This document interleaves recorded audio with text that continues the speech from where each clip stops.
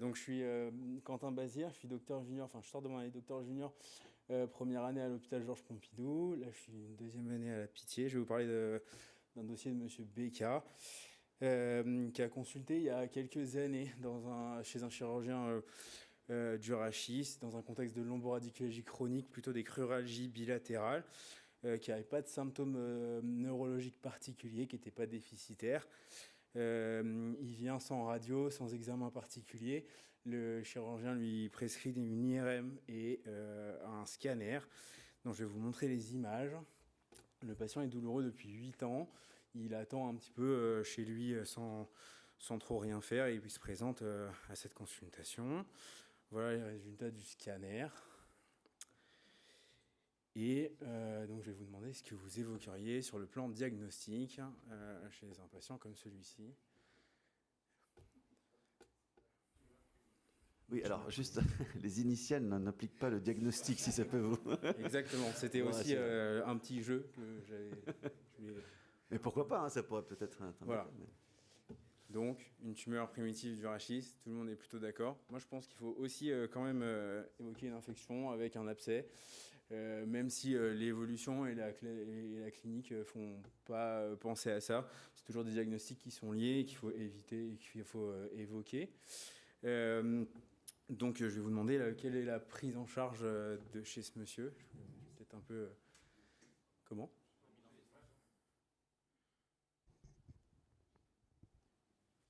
Examen complémentaire d'abord. Oui, exactement. C'est exactement ce que j'allais vous poser. Ouais, j'espérais qu'on allait se jeter sur la oui, chirurgie pour la scintigraphie, dire ça. non. La scintigraphie, bien sûr. Ouais, ça peut être une chose. C'est pas trop dans le bilan défini. Oui, mais une séquence aussi de vérifier la compression par une séquence de MEL-URM.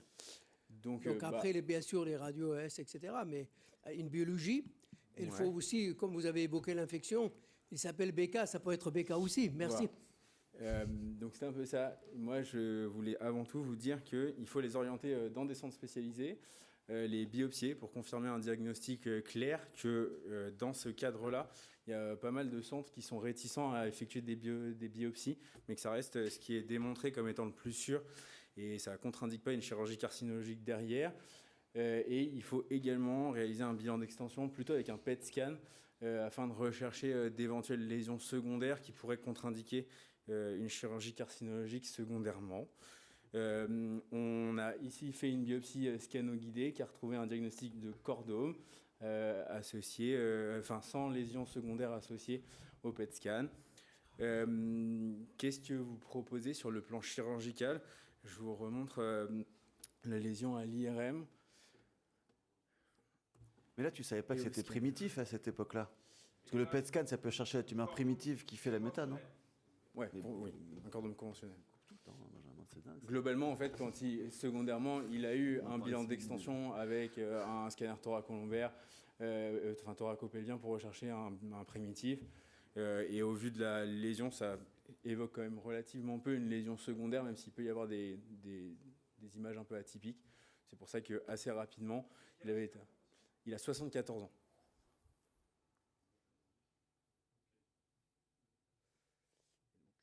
Chirurgicalement, qu'est-ce que vous... Ouais. C'est ce qui... pourtant, ça l'est. En tout cas, ça a été fait.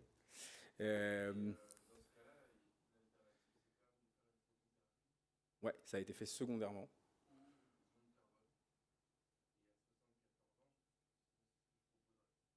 Ouais. Ce qu'il a eu, finalement, c'est une vertébrectomie totale en bloc, dans un centre spécialisé, qui a été fait du coup avec une résection de la partie inférieure de la vertèbre de L1, de L2 et de la partie supérieure de la vertèbre de L4, avec une reconstruction antérieure intercorporéale par une cage, une ostéosynthèse latérale complémentaire. C'est une chirurgie qui a été faite de façon simultanée avec l'association d'une équipe de chirurgiens vasculaires et de chirurgiens orthopédiques qui fait du rachis, afin de diminuer le temps et les complications de ce type de chirurgie. Elle a été compliquée à la phase précoce par une infection de site opératoire. Globalement, l'évolution de l'infection et de la pathologie tumorale a été plutôt favorable. Là, il est R0. Tout à l'anapathe en post-opératoire. Mais la problématique secondaire qui va rendre ce cas encore plus intéressant est le fait que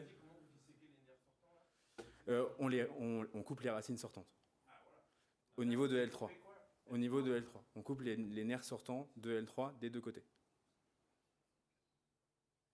Et en post-op? Et en post-op, le patient n'est pas déficitaire. L2, non. On laisse les nerfs de L2 et de L4 sans y toucher.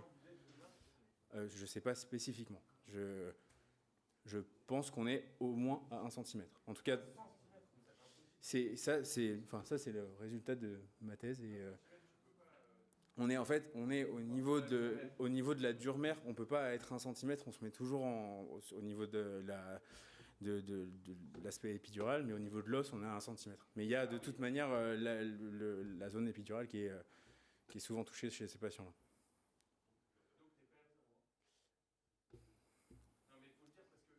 R0, il faut retirer la dure-mère.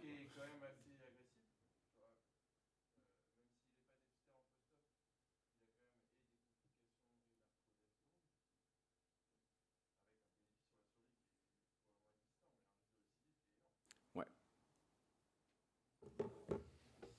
Et donc sur le suivi, tout se passe bien sur le plan de la tumeur et sur le plan de l'infection, mais sur le plan mécanique, on observe un déplacement secondaire progressif avec l'apparition d'un PGK au-dessus d'un PGK à 3 mois et à 1 an post-opératoire. Le patient, à ce moment-là, refuse complètement une reprise chirurgicale, est relativement peu douloureux à la base et préfère reprendre une vie qu'il considère comme normale. Et il est perdu de vue à partir de 2 ans post-opératoire. Et nous, on le revoit à Pompidou, à un peu plus de 3 ans de la chirurgie. Il a à ce moment-là 78 ans. Il consulte pour des douleurs lombaires hautes, une saillie du matériel, une claudication neurogène et une gîte antérieure et latérale à droite. Je vous mets l'EOS, le jour de sa consultation à l'HEGP à ce moment-là. Et je vous mets aussi également le résultat du scanner dans lequel il est couché, qui montre une fusion complète de la charnière thoraco-lombaire et qui est non réductible en position allongée. Qu'est-ce que vous lui auriez proposé à ce monsieur-là ? Il n'y a pas d'IRM disponible, moi je ne l'ai pas, mais je pense qu'il était très probablement une sténose en regard de L1 qui était assez importante. Mais j'ai pas eu l'accès à l'IRM. Moi je crois que... Qu'est-ce que tu vas nous dire, Fethi ? Je crois que j'ai la réponse, mais c'est biaisé parce que j'ai vu passer le cas sur les réseaux sociaux. Donc le problème avec les réseaux sociaux, c'est que ça nous brûle les doigts. Ouais. Donc on veut absolument certainement. C'est pas tellement le sujet. Le sujet, c'est que bon, l'intention était bonne, hein, mais l'enfer est pavé de bonnes intentions. C'est-à-dire quand la résection de tumeurs, c'est le montage en fait. L1, ça marche pas. L1. La problématique est... C'est pas assez couvert. Les vis sont un peu de faible diamètre. Je pense que c'est 4,5 ou 5,5, je sais plus. Donc voilà, c'est une faible... Après, le traitement en absence de récidive de tumeur, il est celui d'une complication mécanique d'un montage qui s'est arrêté en L1 avec la reconstruction qu'il y a derrière, la décompression, un geste d'ostéotomie ou de résection vertébrale par voie postérieure. On peut en discuter, mais voilà. Après, la difficulté, le challenge aussi un petit peu chez ce patient, c'est qu'il a 78 ans. C'est aussi ça la question, est-ce qu'on se dit on le laisse comme ça ou avant d'arriver, j'ai juste une question. Est-ce que vous avez discuté avec les radiothérapeutes avant par rapport à la protonthérapie ? Parce que je sais qu'ils n'aiment pas beaucoup de matériel autour de la tumeur, de la zone d'irradiation. Il a eu de la protonthérapie après l'opération. Ouais, justement, est-ce qu'ils n'étaient pas gênés par tout le matériel Justement, ils ont mis une cage en carbone pour ça. Ouais, c'est des cages qui sont faites exprès en carbone avec des vis qui rentrent directement dans l'arthrodèse et qui sont faites théoriquement pour pouvoir tolérer ce genre de prise en charge en post-opératoire.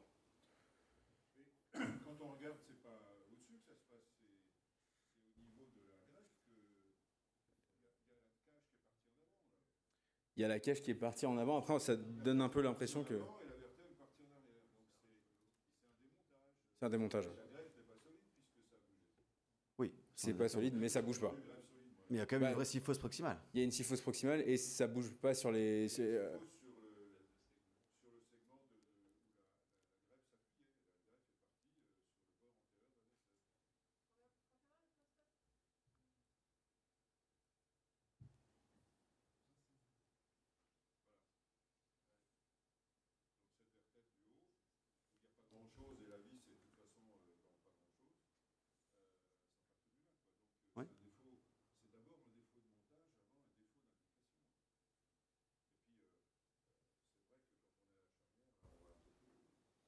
Oui, et puis même secondairement, c'est quelque chose qui a été étudié, que deux vis au-dessus, surtout au niveau de la charnière thoracolombaire, c'est pas quelque chose d'envisageable.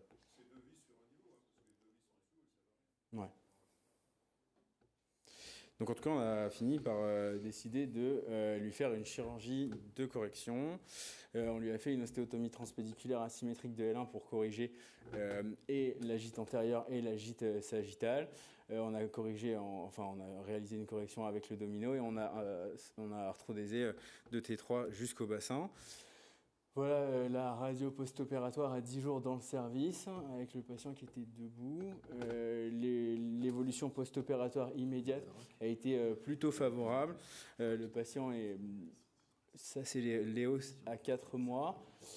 Ça, c'est les hausses d'il y a quelques semaines à 1 an, avec du coup un patient qui cliniquement va mieux au niveau des douleurs, qui a récupéré un périmètre de marche acceptable d'environ 1 heure et qui est plus déséquilibré et plus gêné par rapport à ça. Donc voilà. Merci de votre attention. Et si vous avez petites questions. Guillaume, parle fort. Hein. Pourquoi monter directement en T3 et pas avoir pris 6 prises au-dessus? Je pense que la discussion a été du fait que, au vu de son âge et de la déformation qui était préalable, on a préféré se rassurer. Après, je pense que c'est aussi une question de... Excès par excès, quoi. Je pense que les deux peuvent se discuter, si tu peux permettre le pré-op. Mais comme il fallait faire une grosse correction focale, c'était quand même plus prudent de maximiser les prises. Mais... C'est des questions d'habitude, je pense aussi. Et puis surtout le bras de levier.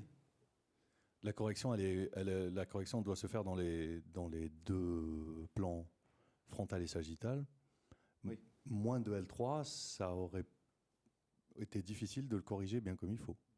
Je pense que T3 était le bon choix. Et est-ce que vous avez un scanner post-op qu'on puisse apprécier l'ostéotomie? On n'a pas de... Peut-être je te l'enverrai si tu veux. Peut-être. Avec plaisir.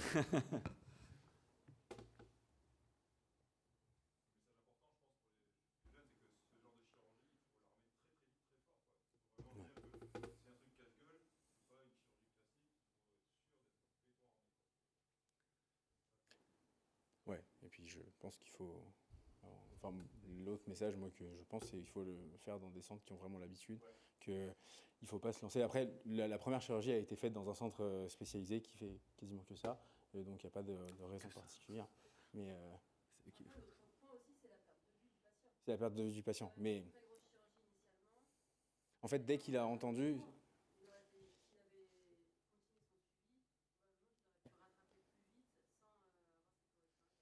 Après, je pense que ce monsieur-là, dans le contexte de la chirurgie, de la persistance des douleurs, à la minute où il a entendu qu'il était en rémission, a préféré partir de l'hôpital. Est-ce que c'est quelque chose de bien ou de mal? Ça, je ne peux pas trop le dire. Mais il a perdu un peu confiance aussi, ouais. Peut-être pas pour les bonnes raisons de son centre. Ouais, il n'a plus jamais retourné après là-bas. Puis l'autre point que je rediscute encore, c'est l'âge. Je sais qu'on en a discuté plusieurs fois au staff, de savoir est-ce qu'on se lançait dans une chirurgie si ambitieuse à 78 ans. On s'est posé la question de juste couper un peu les tiges parce qu'il se plaignait beaucoup des tiges qui dépassaient dans la peau du dos. Mais bon, au final, ça s'est bien passé.